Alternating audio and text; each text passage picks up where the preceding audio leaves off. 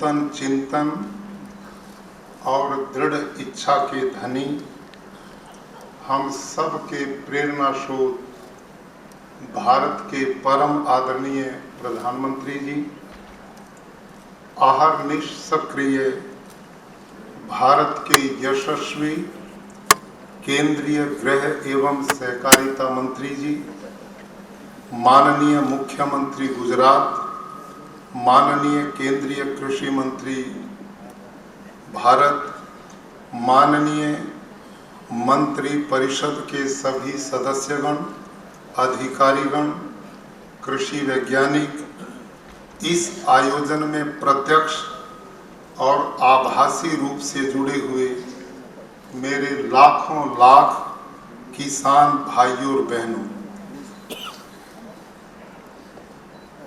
अभी 13 दिसंबर को काशी विश्वनाथ धाम से हम सब के प्रिय आदरणीय प्रधानमंत्री जी ने भारत के समस्त देश के लोगों से भारत के उत्थान और कल्याण के लिए 3 चीजें मांगी थी। आप हम सबको स्मरण होगा, उनमें प्रथम स्वच्छता, दूसरा सृजन और तीसरा आत्मनिर्भर भारत। भाइयों और बहनों, मैं भारत के प्रधानमंत्री जी को समस्त भारत के किसानों की ओर से बधाई देता हूं, साधुवाद देता हूं कि वो सदैव किसानों के कल्याण के लिए अनेक योजनाएं उन्होंने दी हैं, जिनका वर्णन आदरणीय केंद्रीय कृषि मंत्री महोदय ने, आदरणीय हमारे केंद्रीय गृह मंत्री सहकारिता मंत्री जी ने अभी विस्तार से हमारे बीच में रखा है। आज हम सब ने संकल्प लेना है कि माननीय प्रधानमंत्री जी ने जो प्राकृतिक खेती का हम सब के सामने विचार दिया, उसके सृजन की दिशा में भारत का समस्त वैज्ञानिक, कृषि वैज्ञानिक और किसान बंधु मिलकर भावी भारत के निर्माण में और भारत को आत्मनिर्भर बनाने की दिशा में संकल्प के साथ आज आगे बढ़ेगा। भाइयों और बहनों, मैं स्वयं एक शिक्षक रहा और उसके साथ में किसान हूं। मैंने बचपन में अपने हाथ से हल भी चलाया, पशुपालन भी किया, अपने हाथ से खेती करने का मुझे शौक उस समय भी था और आज भी उतना ही बराबर है। आपकी जानकारी के लिए आज मैं वो अनुभव साझा करना चाहता हूं जो लाखों लाखों भारत के किसान इससे लाभ उठा पाए।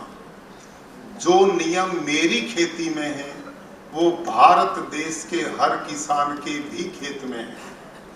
भाइयों और बहनों, गुरुकुल कुरुक्षेत्र हरियाणा में 35 वर्ष प्रधानाचार्य रहते हुए 1500 बच्चे आवासीय रूप से वहां पढ़ते हैं। उनके भोजन की व्यवस्था हमारे गुरुकुल के 200 एकड़ के फार्म में की जाती है। मैं उसमें 90 एकड़ जमीन में स्वयं खेती कराकर उन बालकों के भोजन, गेहूं, चावल, दाल, सब्जी की व्यवस्था कराता था। बाकी जो जमीन थी वो मैंने ठेके पर, लीज पर, भाड़े पर अन्य किसानों को दी हुई थी। एक दिन एक घटना घटी, खेत से मुझे सूचना आई कि आज खेत का अमुक कर्मचारी कीटनाशक का स्प्रे कर रहा था, गर्मी के दिन थे, वो उसके सिर में चढ़ गया और बेहोश होकर खेत में गिर गया। हम अस्पताल में लेके आए, 2-3 दिन बाद वो सामान्य हो पाया। और आप सब किसान इस बात को जानते हैं कि ऐसी घटनाएं अक्सर होती रहती हैं।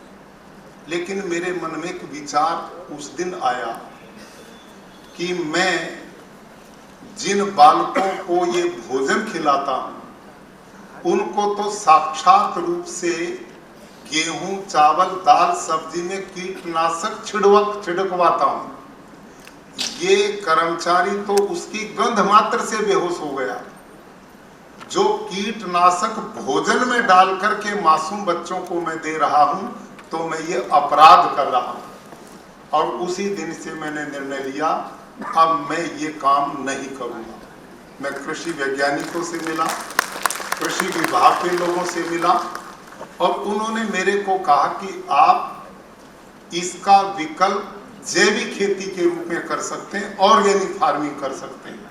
मैंने तुरंत पिट बनाए, उनमें गोबर की खाद डाली, जो केचुआ गोबर खाता आयात किया जाता वो डाला, और पूरी विधि से मैंने ऑर्गेनिक खेती शुरू कर दी।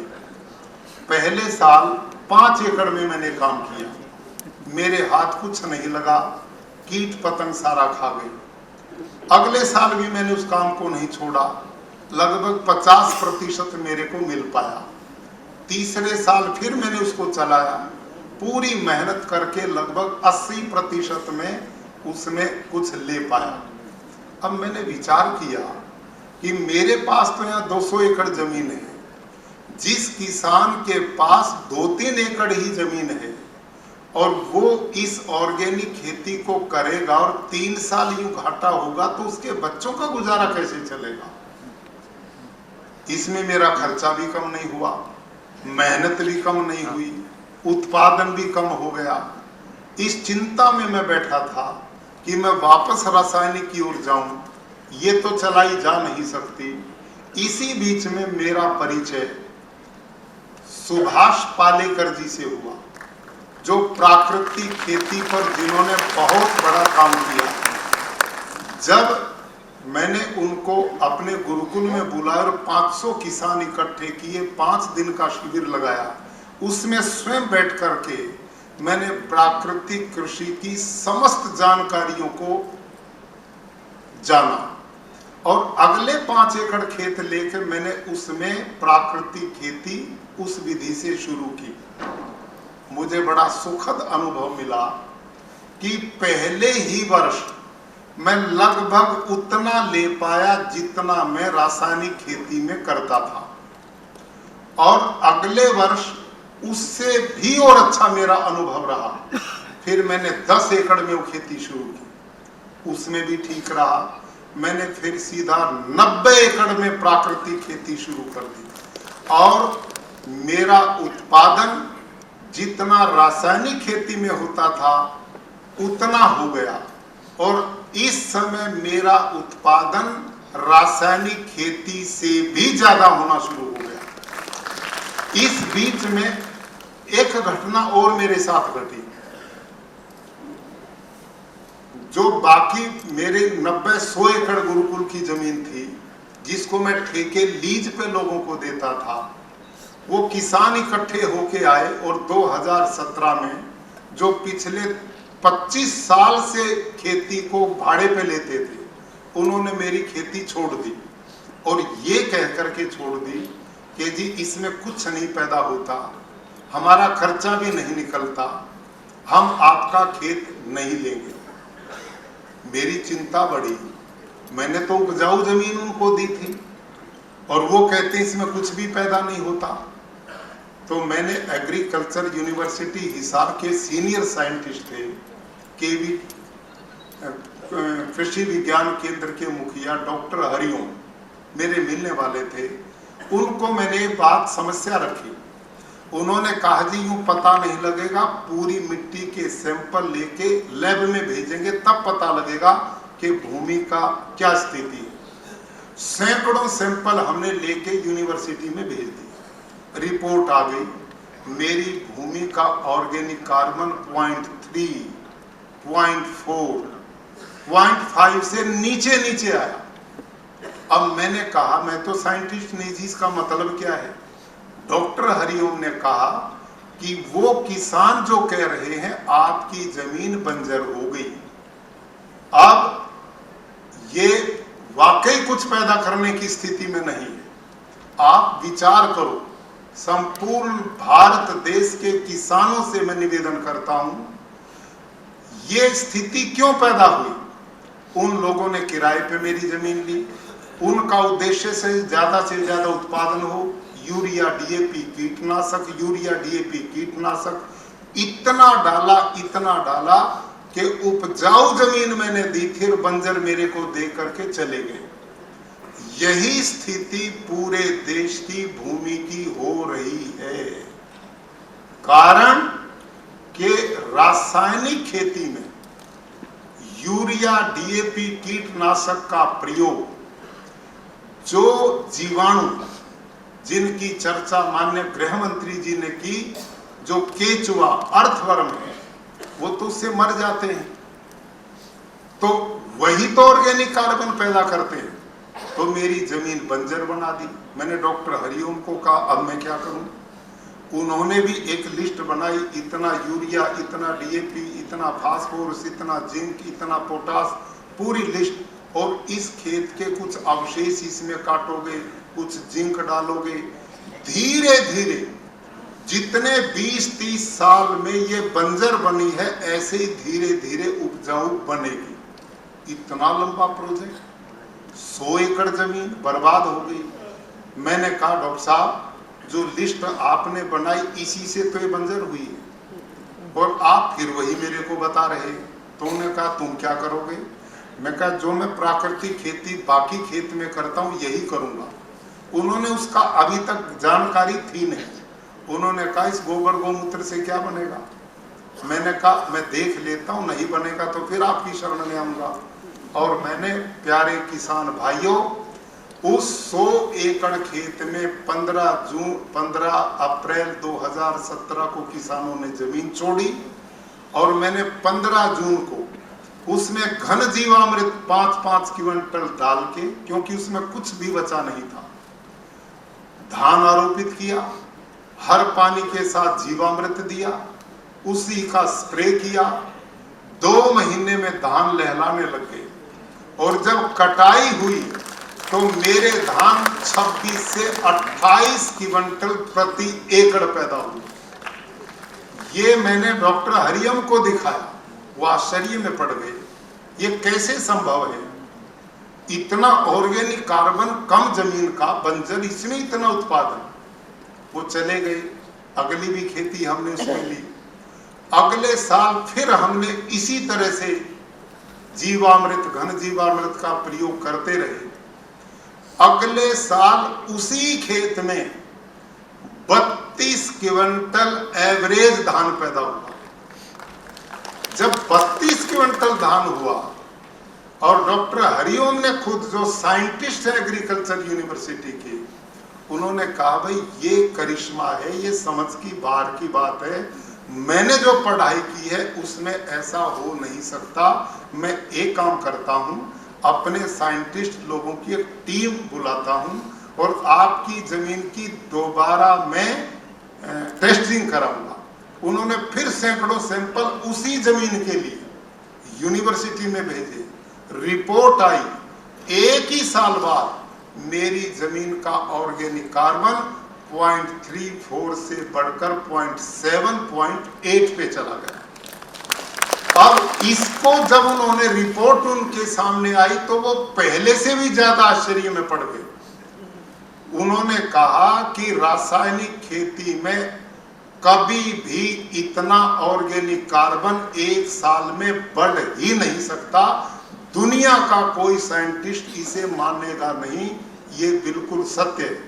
ये उन्होंने बताया, और मैं भी कहता हूं कि आप मानेंगे नहीं जो रासायनिक के साइंटिस्ट हैं। कारण है उसका, मैंने फिर वही बात कि ऑर्गेनिक कार्बन बढ़ाने का काम खेत में जीवाणु करते हैं, हलसिया, अर्थवर्म, केचुआ करता, मित्र कीट करते हैं। अब रासायनिक में तो मार दिए गए, तो ऑर्गेनिक कार्बन कैसे बढ़ेगा? वो ठीक है अपनी जगह पे, लेकिन प्राकृतिक खेती में कैसे बढ़े, तो डॉक्टर हरिओम ने अपने साथी लिए डॉक्टर बलजीत सारंग। सौभाग्य से आज वो मैंने यहाँ बुलाए हैं, हमारे बीच में बैठे हैं। डॉक्टर साहब एक बार सबको दर्शन दे तो अच्छा लगेगा। आप डॉक्टर बलजीत सारंग इस समय एग्रीकल्चर यूनिवर्सिटी हिसार के माइक्रोबायोलॉजी के सीनियर प्रोफेसर हैं। ये अमेरिका में, इंग्लैंड में और जर्मनी में माइक्रोबायोलॉजी के साइंटिस्ट के साथ वर्षों इन्होंने काम किया है। इतने ऊंचे स्तर के ये माइक्रोबायोलॉजी के साइंटिस्ट हैं। ये अपनी टीम लेकर के मेरे गुरुकुल में आए और उन्होंने कहा भी ये तुम्हारा जीवामृत क्या, हम इस पे रिसर्च करेंगे। इन्होंने रिसर्च की। इन्होंने गाय, देसी गाय का गोबर लिया, भैंस का गोबर लिया, हॉस्टन फ्रीजन गाय का गोबर लिया, जर्सी का लिया, सब पे अलग अलग रिसर्च किए, महीनों सालों लगाए इन्होंने। अंत में क्या पाया कि केवल और केवल भारतीय नस्ल की देसी गाय, साहिवाल, थारपारकर, राठी, गिर, हरियाणवी, लाल सिंधी, कांकरेज, अंगोल, ये जितनी भी भारतीय गाय हैं सब में लगभग एक ही क्वालिटी पाई और 1 ग्राम गोबर में 300 करोड़ से भी ज्यादा जीवाणु पाए। और इन्होंने सिद्ध किया कि देसी गाय का गोमूत्र खनिजों का भंडार पाया गया। और पालेकर जी ने अनेक बार ये रिसर्च करवाए और ये पूरे सत्य पाए। अब ये साइंस इसमें क्या है? अक्सर हमारे कृषि वैज्ञानिक बंधु कहते हैं इसमें साइंस क्या है। अब उस साइंस की जानकारी सब किसानों के लिए मैं निवेदन करता हूं। हम जीवामृत बनाते हैं, एक 200 लीटर का ड्रम ले लेते हैं, लगभग 180 लीटर पानी भरते हैं उसमें, उसको छाये में रखते हैं। 1.5 से 2 किलो गुड़, 1.5 से 2 किलो किसी भी दाल का बेसन, 1 मुट्ठी मिट्टी और 10 किलो देसी गाय का गोबर, 8 से 10 किलो गोमूत्र, इन सब को मिला के उस पानी में छोड़ देते हैं। अब आप विचार करिए, जब देसी गाय के 1 ग्राम गोबर में 300 करोड़ से ज्यादा जीवाणु हैं, तो 10 किलो गोबर में कितने जीवाणु होंगे? और इन जीवाणुओं को दाल का बेसन प्रोटीन के रूप में खाने को मिलता तो ये बलवान बनते हैं, और गुड़ मिलता तो मल्टीप्लाई ये बढ़ते हैं। और मिट्टी में जो जीवाणु है उनसे मिलकर इनकी इतनी वृद्धि होती है कि ये हर 20 मिनट में डबल होते हैं, हर 20 मिनट में, और 72 घंटे में ये असंख्य मात्रा में बढ़ते हैं। जब हम किसानों को 1 एकड़ का एक खाद तैयार है, आप विचार करो, दुनिया में ऐसा कोई खाद नहीं जो 4-5 दिन में तैयार होता। 1 एकड़ का 1 दिन के गोबर गोमूत्र से, गाय से 1 एकड़ का खाद तैयार। जब ये खेत में फैलता है, खेत के जीवाणुओं से मिलता है, तो इसमें जामुन का काम होता है। ये कल्चर है, ये खाद नहीं है, कल्चर है। और उन जीवाणुओं से मिलकर असंख्य जीवाणु पैदा होते हैं। और भाइयों, यही वो जीवाणु हैं जो आकाश में, वायु में 78% नाइट्रोजन है। ये जीवाणु उस नाइट्रोजन को खींचते हैं और पौधे का भोजन बना करके देते हैं। दूसरी बात,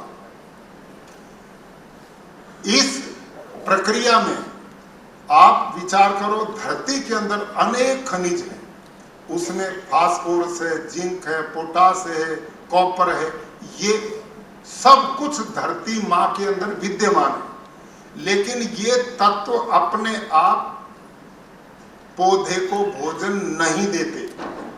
ये जो जीवाणु हैं, ये जीवाणु उन तत्वों से भोजन बना करके पौधे की जड़ को देने का काम करते हैं। तो इसका मतलब जितना जीवाणु खेत में होगा उतना ही ऑर्गेनिक कार्बन बढ़ेगा। जितना ऑर्गेनिक कार्बन बढ़ेगा, जमीन का स्वास्थ्य बढ़ेगा। जितना जमीन का स्वास्थ्य बढ़ेगा उतना आपका उत्पादन बढ़ेगा। सीधा फार्मूला। ये साइंटिफिक है, ये साइंस है, साइंटिस्ट भी इस बात को जानते हैं। दूसरी बात, जब ये जीवामृत, घन जीवामृत जमीन पर जाता है तो केचुआ, अर्थवर्म, हलसिया जो यूरिया डीएपी से डरता हुआ धरती में समाधि लिए बैठा, 10-15 फीट नीचे बैठा हुआ डरता हुआ, जब उसको ये भोजन उसका मिलता है, इसकी गंध पा करके धरती को फोड़ करके वो ऊपर आता है और अपना काम शुरू कर देता है। भारतीय केचुआ गोबर भी खाता है, मिट्टी भी खाता है, काष्ठ भी खाता है। विदेशी केचुआ जो ऑर्गेनिक में प्रयोग करते हैं वो मिट्टी खाता नहीं, केवल गोबर काष्ठ खाता है।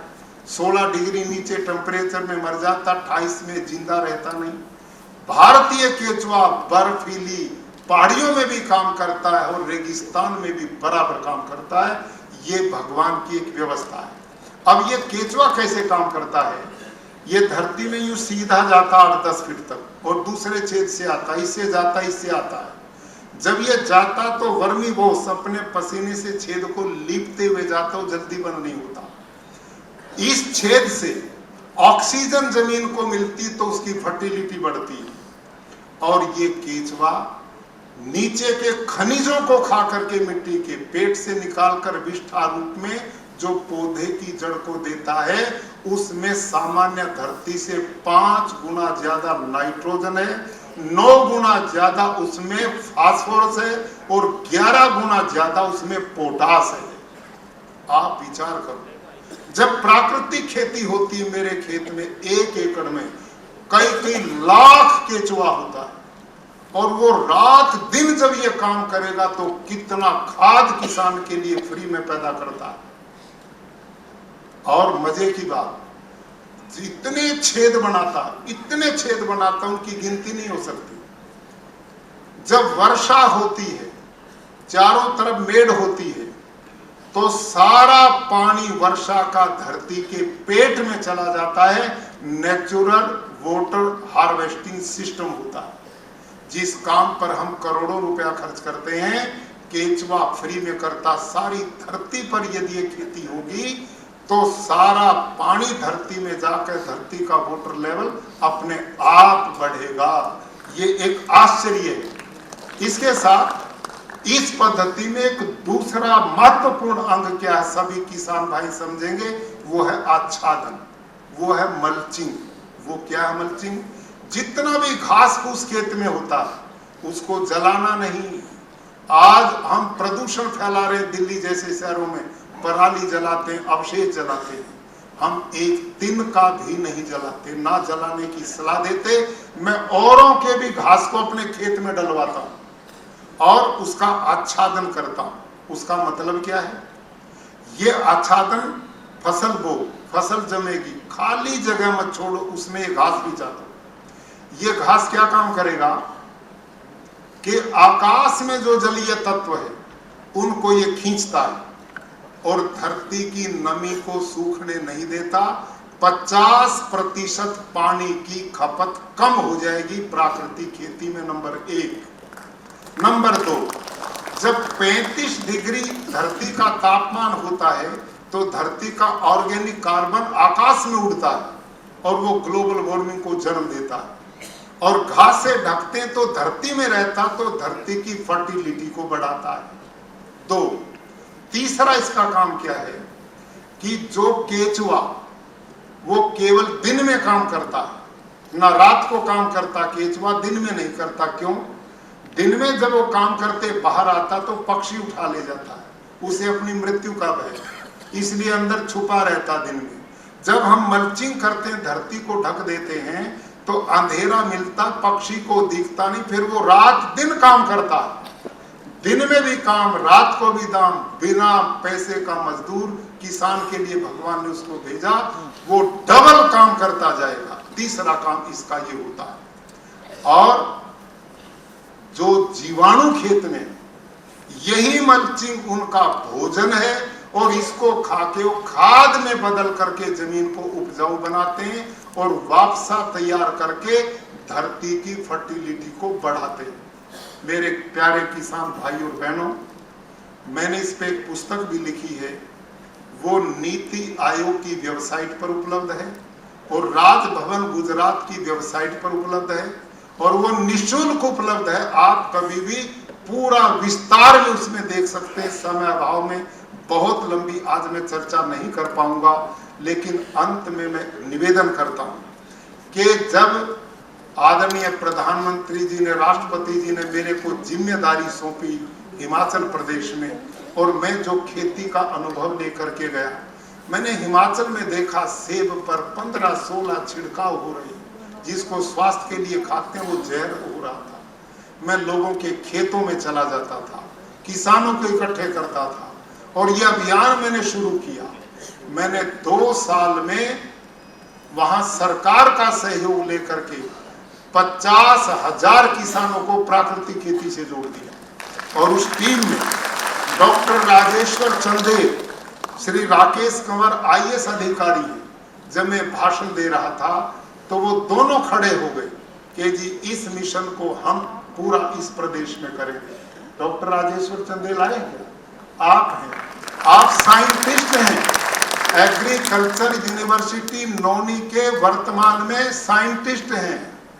और ये वो साइंटिस्ट हैं जिन्होंने मेरे आने के बाद उस परंपरा को बंद नहीं होने दिया और पूरी टीम जोड़ करके आज 1.5 लाख से ज्यादा किसान बागवान इस समय हिमाचल प्रदेश में प्राकृतिक खेती को कर रहे हैं और वो तेजी से बढ़ रहे हैं। उनकी आय बढ़ गई है, उनकी पानी की खपत कम हो गई है, उनके बेचारों के शरीर खराब हो गए थे छिड़काव से, आज वो खुशियां मना रहे हैं। उसी प्रकार से हमारे बीच में टी विजय कुमार जी बैठे हुए, आंध्र प्रदेश, आप आंध्र प्रदेश में चीफ सेक्रेटरी रहे। इन्होंने इसी प्राकृतिक खेती के द्वारा 5 लाख किसान आंध्र प्रदेश में जोड़े। ये जहां पानी नहीं है वहां भी 3-3 फसल इस प्राकृतिक पद्धति से लेते हैं। आप इनके मॉडल को देखेंगे, आश्चर्य होगा। हम जानते थे इस पर प्रश्न चिन्ह उड़ेंगे। हमने साइंटिस्टों को साथ में जोड़ा है, आपके बीच के लोगों को जोड़ा है। इन पे पूरे के पूरे रिसर्च पेपर तैयार हैं। आप चाहें तो संपर्क में आकर इसको ले सकते हैं। भाई और बहनों, गुजरात की बात, कोरोना आ गया, इसके बावजूद भी प्रदेश सरकार, माननीय मुख्यमंत्री जी, कृषि मंत्री जी, हमारा कृषि विभाग ने मिलकर हमने 2 लाख किसान गुजरात में जोड़ दिए। 2 लाख देसी गाय किसान के खूंटे पे जा चुकी हैं और डांग जिला को भारत का पहला प्राकृतिक जिला घोषित करने का सौभाग्य गुजरात को मिला। आज मुझे परम संतोष है। आज का दिन मैं समझता हूं किसान के भाग्य को बदलेगा। किसान के भाग्य को नहीं, अपितु इस देश के लोगों की जीवन को बदलने वाला होगा। आज ग्लोबल वार्मिंग कितनी बड़ी चुनौती है, उससे निजात पाएंगे। जल एक बहुत बड़ी समस्या बन गई। बोतल लिए घूमते, 20 साल पहले कहीं भी पी लेते थे, उससे मुक्ति मिलने वाली है। देसी गाय जो केवल पूजा के लिए चित्रों में आ गई थी, आज वो घर घर बंधने के लिए सम्मान के स्थान पर पहुंच रही है। भाई और बहनों, लोगों का स्वास्थ्य बचेगा। किसान की लागत इसमें है ही नहीं। और मैं निवेदन अंत में करूंगा, इस प्राकृतिक खेती में ऑर्गेनिक प्रोडक्ट, ये जो फैक्ट्रियां और ये विस्तार चल रहा है, इसकी कोई जरूरत नहीं पड़ेगी। किसान को बाजार में जाने की जरूरत ही नहीं है, कारण गाय उसके घर में है। खेत में गुड़ बनता है, खेत में दाल पैदा होती है, मिट्टी और इसमें लगता ही कुछ नहीं। ये पूरी ईमानदारी से यदि आपने गड़बड़ कर दी कि क्या फर्क पड़ता, भैंस का गोबर ले लो देसी गाय की जगह, रिजल्ट नहीं मिलेगा। ऑस्ट्रल फ्रीजन गाय का ले लो, नहीं मिलेगा। केवल और केवल देसी गाय में ये गुणवत्ता है, अन्य किसी प्राणी में नहीं मिली। इसलिए देसी गाय आज जो सड़कों पे घूम रही हैं, उनका हमने गोबर टेस्ट कराया। घर में बंधी में तो 300 करोड़ जीवाणु पाए, और ये जो धक्के खाती फिरती, इसमें 500 करोड़ जीवाणु मिले। क्योंकि उसकी ताकत जो दूध बनाने में लगती वो उससे हटके जीवाणु बनाने में लगी। नीमास्त्र, ब्रह्मास्त्र, सूठास्त्र, हम ये चीज बनाते हैं जो मेरी पुस्तक में समय अभाव में मैं नहीं बता पाऊंगा। लेकिन इतना अंत में कहता हूं कि मेरे अपने खेत में अब कोई बीमारी नहीं लगती, उत्पादन मेरा बढ़ता जा रहा है। इस साल पड़ोसियों का धान 12-14 हजार खर्च करके रासायनिक में 28 से 30 क्विंटल मैक्सिमम उन्होंने लिया और मैंने 33 क्विंटल एवरेज लिया। मेरा खर्चा 1000 रुपये एकड़ हुआ और रासायनिक वाले का 12 से 14 हजार रुपये हुआ। और ये एक फसल में नहीं, सभी फसलों में ऐसा है। मेरी जमीन की गुणवत्ता इतनी बढ़ गई है कि इन्हीं डॉक्टर अपने राजेश्वर चंदेल, डॉक्टर बलजीत सारंग, इनकी टीम आई और उन्होंने पड़ोसी रासायनिक खेती वालों की मिट्टी ली, 5 किसानों की, उसको इकट्ठा किया, लैब में लेके गए। कितने जीवाणु पाए? 31 लाख 1 ग्राम मिट्टी में। फिर मेरे खेत की मिट्टी इन लोगों ने ली, 5 जगह से ली, मिलाई, लैब में चेक किया, मेरी 1 ग्राम मिट्टी में 161 करोड़ जीवाणु मिले। अब बताओ पैदावार ये देगी या वो देगी? इसलिए मैं आह्वान करता हूं भारत के किसानों को, आदरणीय प्रधानमंत्री जी ने एक महान निर्णय जो हम सब के कल्याण के लिए लिया है, आप आगे बढ़ें। आज इस प्राकृतिक कृषि का सृजन करते हुए किसान आत्मनिर्भर बने, मेरा देश आत्मनिर्भर बनेगा। मुझे पूर्ण विश्वास है कि एक जबरदस्त क्रांति इससे आएगी और हमने हजारों हजार किसानों को ट्रेनर बना दिया। हिमाचल प्रदेश में आज 1000 किसान राजेश्वर चंदेल जी ने तैयार कर दिए जो गांव-गांव में जाकर के ट्रेनिंग देंगे। हिमाचल प्रदेश में महात्मा जी बैठे सामने, प्रफुल्ल भाई जी, साथ में इनकी पूरी टीम और कैवल्य स्वामी जी, दीक्षित पटेल जी, ऐसे हजारों ट्रेनर तैयार कर दिए। हम पूरे देश में फैलकर प्रधानमंत्री जी का नारा परिश्रम की पराकाष्ठा करते हुए इस मिशन को एक जन आंदोलन बना करके भारत की इस माटी को जो हमारी माँ है, इसको जहर मुक्त करेंगे। धन्यवाद।